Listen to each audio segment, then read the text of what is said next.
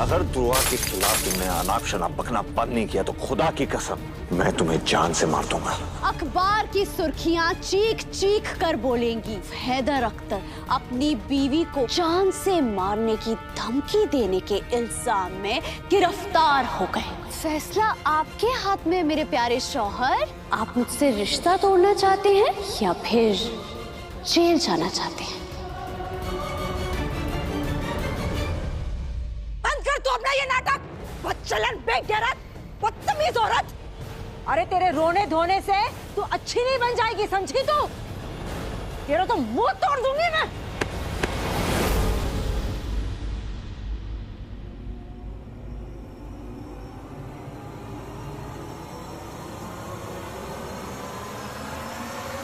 मुझे हाथ लगाने की सोचना भी मत। मेरा मुंह तो टूटने से रहा, तुम्हारे दांत तोड़ दूंगी और खुदा की कसम तुम अपना मुंह दिखाने लायक नहीं रहोगे, समझी? अरे तू वही काट रही है जो तूने बोया है गजल।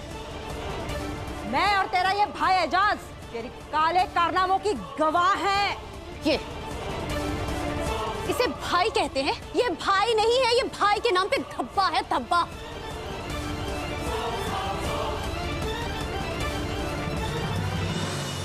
ये ना दौलत के बदले अपनी बहन को बेच डाले। ये भाई नहीं, ये पैसों का कीड़ा है। इस जैसे लोग 200-200 रुपए में सरेआम बिकते हैं।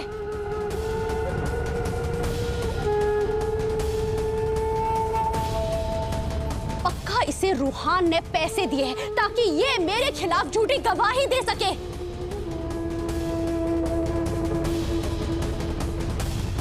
खुदा खैर करे। वाह, सुन रहा है तू? 200-200 रुपए में बिकने वाला कीड़ा बोल रही है तुझे। इसको भाड़े का टट्टू बना दिया तूने अपना। तू ही लेकर आई थी ना इसे इस घर में। चल ठीक है, मानते हैं ये भाड़े का टट्टू है, बिकाऊ है, बिक चुका है। मगर मेरे बारे में तेरा क्या ख्याल है रे बक्कार? ना ही मुझे दुआ ने खरीदा है और ना ही रूहान ने मुझे मजबूर किया है।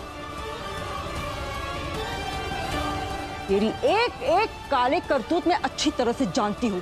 तेरे हर गुनाह का हिसाब है मेरे पास, क्योंकि हमेशा मैंने तेरा साथ दिया है गजल।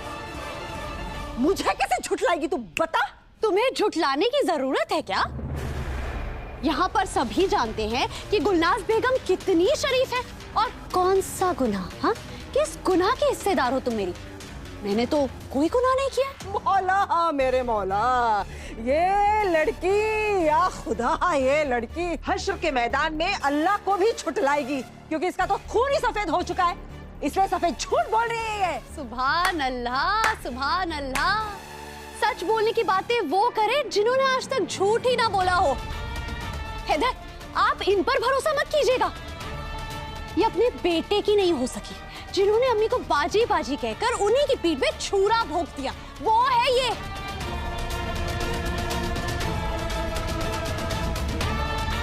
अब्बू जी ने इन्हें तलाक देने की बात कही है, इसीलिए मजबूरन इन्हें मेरे खिलाफ गवाही देनी पड़ रही है। ये झूठ बोल रही है। गजल, देखिए छोटी अम्मी, शौहर की बेरुखी को मैं समझती हूँ, आपकी मजबूरी को भी मैं समझती हूँ, लेकिन मुझ पर रहम कीजिए छोटी अम्मी। मेरा बसा बसाया घर मत तोड़िए, सच्चाई का साथ दीजिए छोटी अम्मी, वरना हश्र के मैदान में आप मुंह दिखाने लायक नहीं रहेंगी। खुदा खैर करे। जिसकी जिंदगी की कश्ती खुद डगमगा रही है, वो मुझे इतनी बड़ी बड़ी बातें बता रही है। हैदर, हैदर, आप एक तरफा बात सुन के कोई फैसला मत कीजिए। आपको इस रवि पर यकीन है? हाँ, आप तो बहुत अच्छे से जानते हैं ना कि ये दुआ का हिमायती है। अरे ये तो मेरे खिलाफ बोलेगा ही हैदर, क्योंकि सब जानते हैं कि ये दुआ का कितना बड़ा चमचा है। और इसे पता है कि दुआ हैदर डिजाइन्स की मालकिन बन चुकी है। हैदर, ये लालची अपने फायदे के लिए मेरे खिलाफ बोल रहा है। बस। रवि मेरे भाई से बढ़कर है, मैं उसे तुमसे बेहतर जानता हूँ। रवि आपके लिए आपके भाई से बढ़कर होगा, लेकिन मैं भी आपकी बीवी हूँ। और अगर आप मेरे लिए नहीं लड़ सकते हैं, कोई बात नहीं, मैं खुद के लिए लड़ूंगी। कहूंगी कि ये रवि झूठा है, दुआ के हाथ बिका हुआ है। ये सब के सब झूठा इल्जाम लगा रहे हैं हैदर, और ये सब के सब ये दुआ के साथी है। और सबसे बड़ी है दुआ की अम्मी।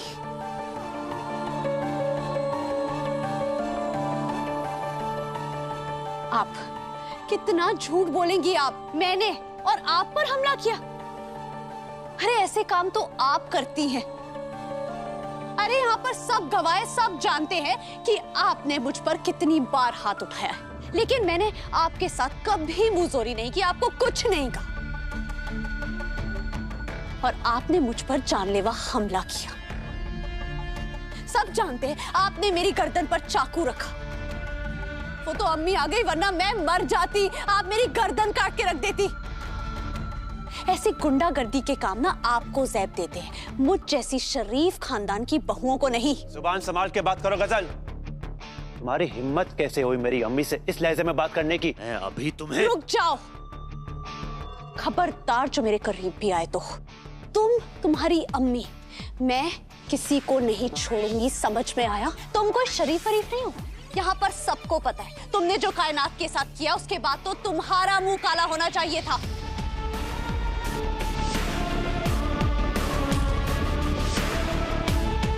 लेकिन तुम्हारी अम्मी ने हमें फंसाया, हमारा मुंह काला करवाया, अख्तर खानदान का नाम पूरे शहर में बदनाम कर दिया।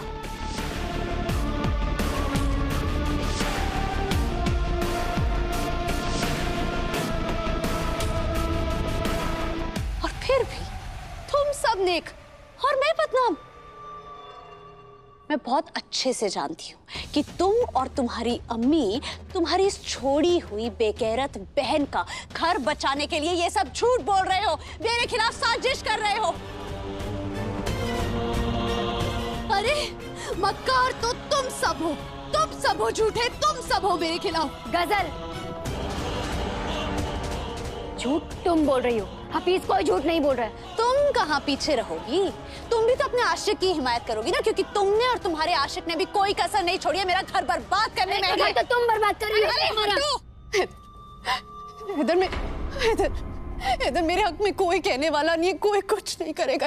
इधर मेरी अम्मी इस दुनिया में नहीं रही, मेरे अब्बू इस दुनिया में नहीं रहे, इस दुनिया में मेरा कोई नहीं है। इधर एक आप ही मेरा आखिरी सहारा है। इधर ये सब झूठ बोल रहे हैं, ये मेरे खिलाफ साजिश कर रहे हैं। इधर आप इनकी बातें मत सुनिए और इनकी बातों में आकर आप ऐसा कोई फैसला मत लीजिए इधर जिसके बाद आपको पछताना पड़े।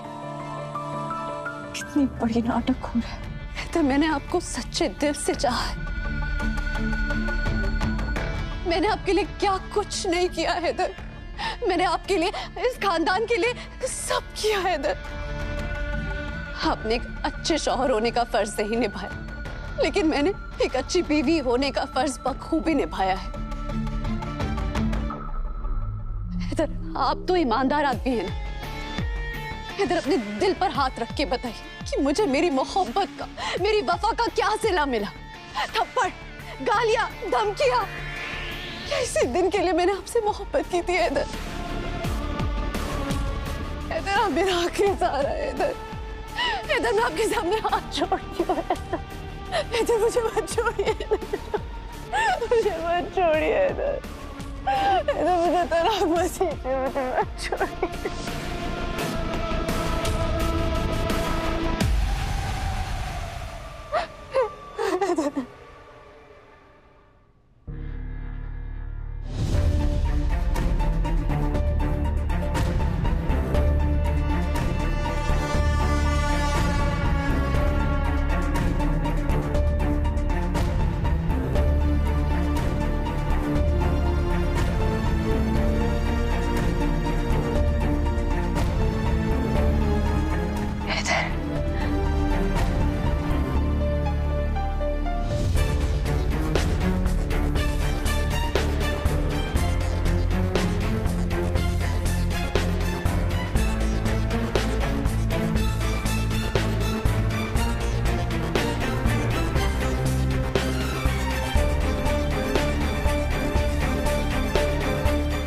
आंसू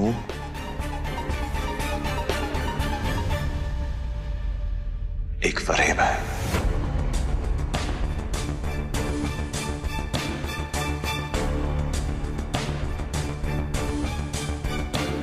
ये रोना मक्कारी है।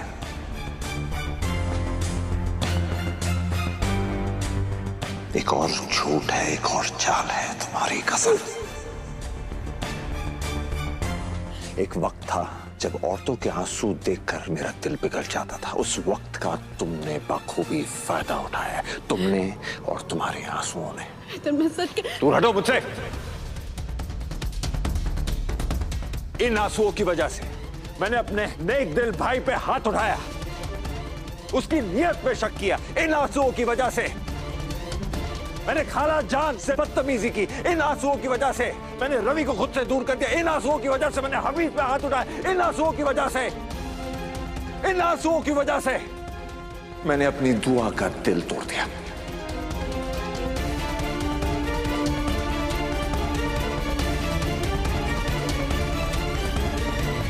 तुम जानना चाहती हो ना कि आज तक मैं तुम्हें तलाक क्यों नहीं दे पाया? उनकी वजह थी ये आंसू, जिनका सहारा लेकर तुम बेबस, लाचारा, अकेलीपन का तुमने ये जो नाटक किया ना, अब बस। अब जब तुम्हारी हकीकत सबके सामने आ गई है, मुझे नफरत होने लगी है इन आंसुओं से। अब मैं तुम्हारे आंसुओं के जाल में नहीं फंसने वाला। अगर तुम चीख चीख कर भी अपना गला छीन लोगी ना, फिर भी मैं तुम्हारी बातों पे यकीन नहीं करने वाला। आज से मेरी दुआ, मेरा घर, मेरा खानदान ही मेरे लिए सब कुछ है।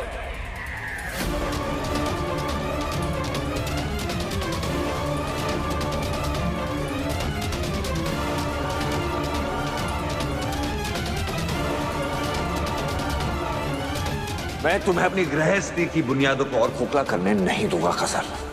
अख्तर खानदान को तुमसे बचाने के लिए बस एक ही रास्ता बाकी है खसर, कि मैं तुम्हें तलाक दे दूं।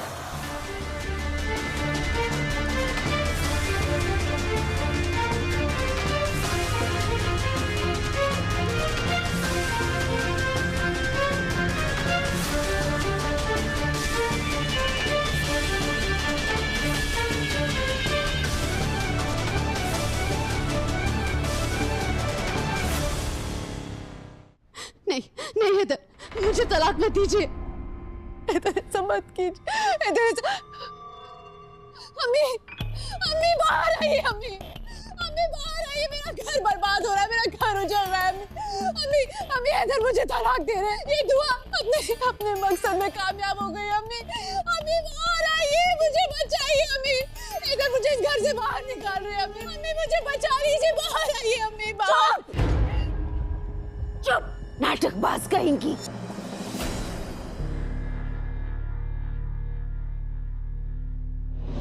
अब जिसे जाना था तो 22 साल पहले चली गई। अब उसका कसूरवार मैं आपको क्या ठहराऊं?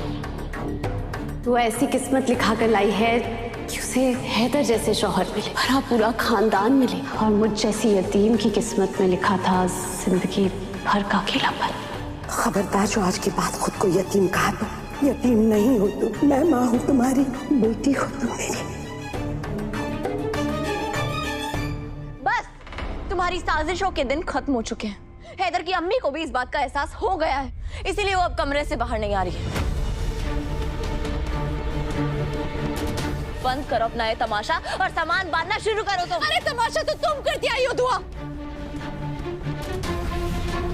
मैं यहाँ पर निकाह करके आई हूँ। हैदर मुझे भगा कर नहीं लाए थे। चुप हो जाओ गजल। नहीं हैदर, मैं आज बोलूंगी, आप मुझे चुप मत करवाइए। मेरी गृहस्थी में आग लगाने वाली तू कभी खुश नहीं रहेगी। अल्लाह तुझे पूछेगा। एड़ियां रगड़ रगड़ के तू मरेगी, मेरी बद्दुआ है। तेरा हाल बहुत बुरा होगा, तू मौत के लिए तरसेगी। दुआ। चुप हो जाओ गजल। नहीं हैदर, आप चुप हो जाइए। बेशरम, बेहया, तुम हैदर को वो खुशी दे ही नहीं पाई जो एक बीवी देती है, इसीलिए हैदर ने दूसरा निकाह किया होगा। हैदर, ये जादूगरनी है, ये आपको फंसा रही है। इसके खूबसूरत चेहरे के पीछे अगर आप असली चेहरा देखेंगे ना तो आप डर जाएंगे। हैदर, ये लड़की आपसे मोहब्बत नहीं करती है। हैदर, ये आपकी दौलत के पीछे पड़ी हुई है। हैदर, हैदर ये बहुत बदतमीज है, बहुत बेहया है, बेशरम है। इससे अच्छी तो वो औरतें होती हैं जो बाजार में। बस। ए लड़की, गजल, गजल, जुबान संभालो बदतमीज।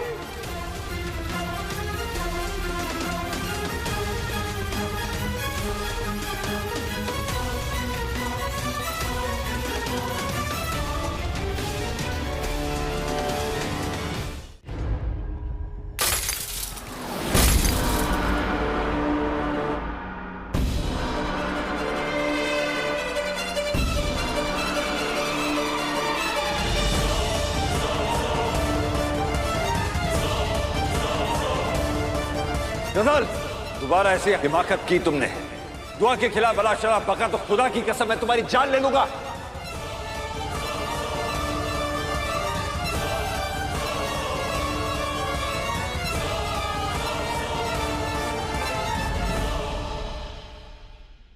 तुम मेरी मोहब्बत नहीं, मेरा जुनून, मेरा पागलपन हो हैदर। चाहे मुझे किसी भी हद से गुजरना पड़े, मर जाऊंगी, मगर तुमसे तलाक नहीं लूंगी।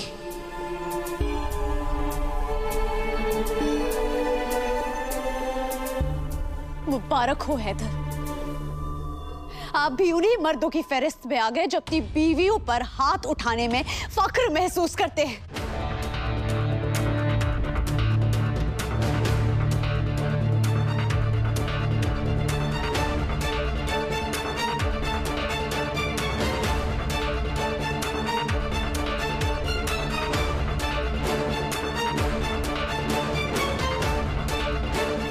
फख्र नहीं, बेहद दुख है मुझे कि ऐसी जुर्रत करनी पड़ी मुझे। अगर दुआ के खिलाफ तुमने अनाप शनाप बकना बंद नहीं किया तो खुदा की कसम मैं तुम्हें जान से मार दूंगा।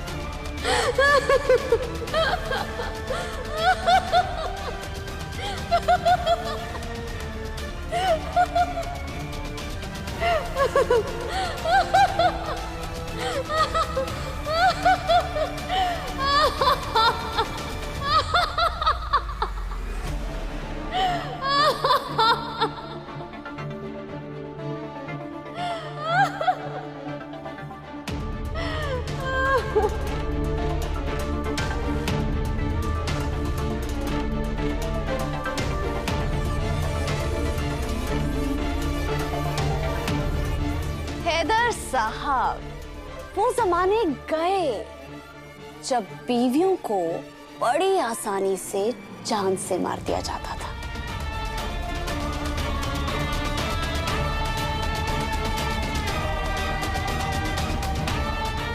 हम उस जमाने में हैं जहां औरतों के और मर्दों के बराबर के हक हैं। इसीलिए मर्दों को औरतों से डर के रहना चाहिए।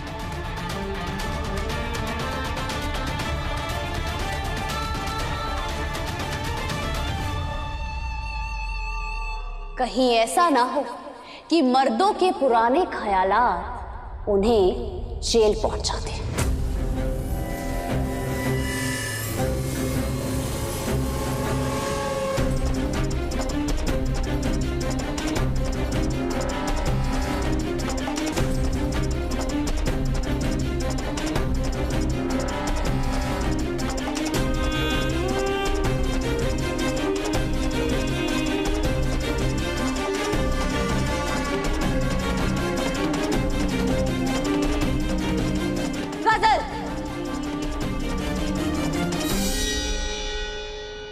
तुम हैदर को धमकी दे रही हो?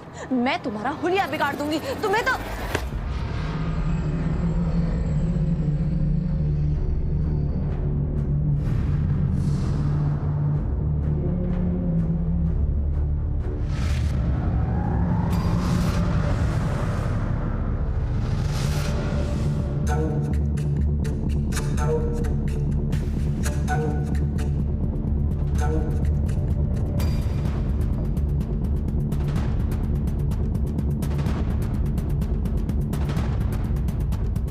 इस वक्त वक्त ताजा ताजा है। कहीं ऐसा ना हो तुम मेरे करीब आओ और तुम्हें पछताना पड़े। पछताना तो तुम्हें पड़ेगा। तुम्हारी हिम्मत कैसे हुई मेरे हैदर को धमकी देने की? धमकी नहीं दे रही हूँ दुआ, नहीं दे रही हूँ। मैं तो हैदर अख्तर साहब को ये एहसास दिलाना चाहती हूँ कि मैं भी उनकी बीवी हूँ। भाभी रुक जाइए आप, गजल अपनी कब्र खुद खोद रही है। और तुम क्या मेरे हैदर करती रहती हो? जितना हक तुम्हारा हैदर पर है उतना ही मेरा भी है, क्योंकि मैं भी इनकी बीवी हूं और मैं इन्हें जेल भेजकर अपनी मोहब्बत को बदनाम नहीं कर सकती। लेकिन हाँ, अगर हैदर ने मुझे तलाक दिया तो फिर तो ये मेरे शौहर ही नहीं रहेंगे ना, और जब ये मेरे शौहर ही नहीं रहेंगे तो इनकी इज्जत की परवाह भी क्यों करूंगी? और फिर इन्हें जेल भेजने में भी पीछे नहीं रहूंगी।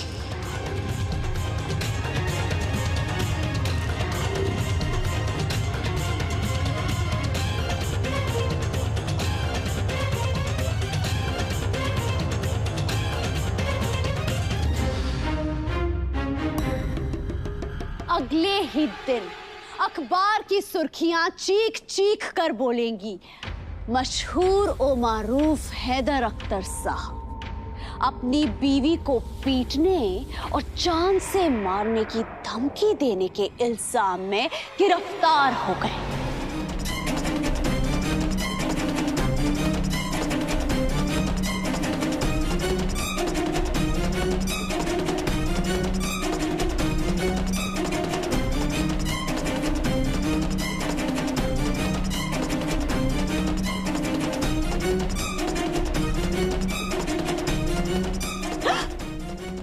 बेचारे, फैसला आपके हाथ में मेरे प्यारे शौहर। आप मुझसे रिश्ता तोड़ना चाहते हैं या फिर जेल जाना चाहते हैं?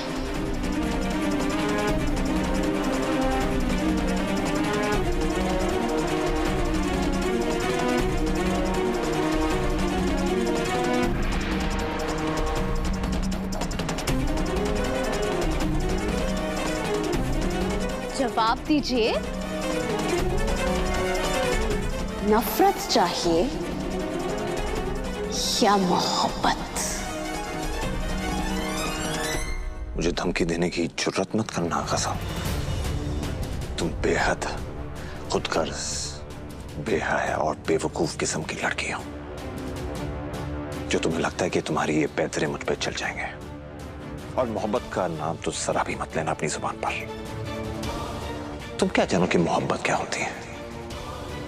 अरे तुम जैसी बेदिल लड़की ना किसी की मोहब्बत बन सकती है और ना ही किसी से मोहब्बत कर सकती है।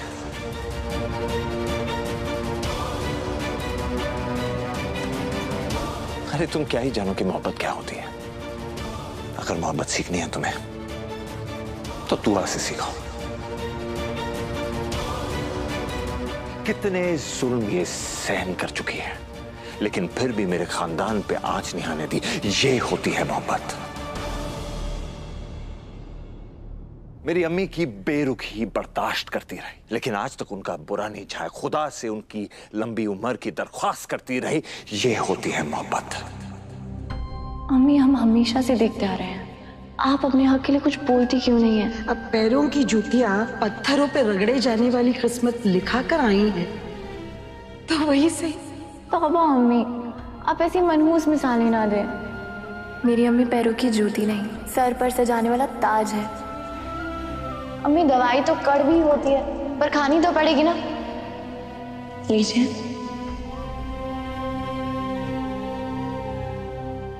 शाबाश। मेरी बेवफाई को बर्दाश्त करती रही, मुझे जेल भेजने की धमकियां नहीं देती थी। ये होती है मोहब्बत।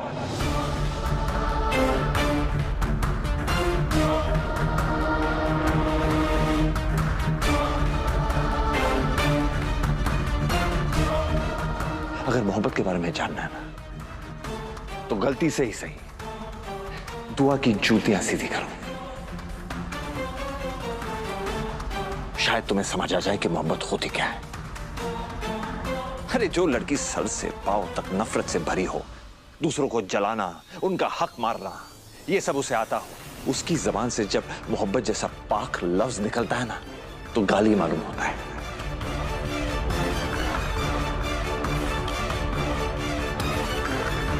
तुम क्या जानो मोहब्बत क्या होती है? हैदर!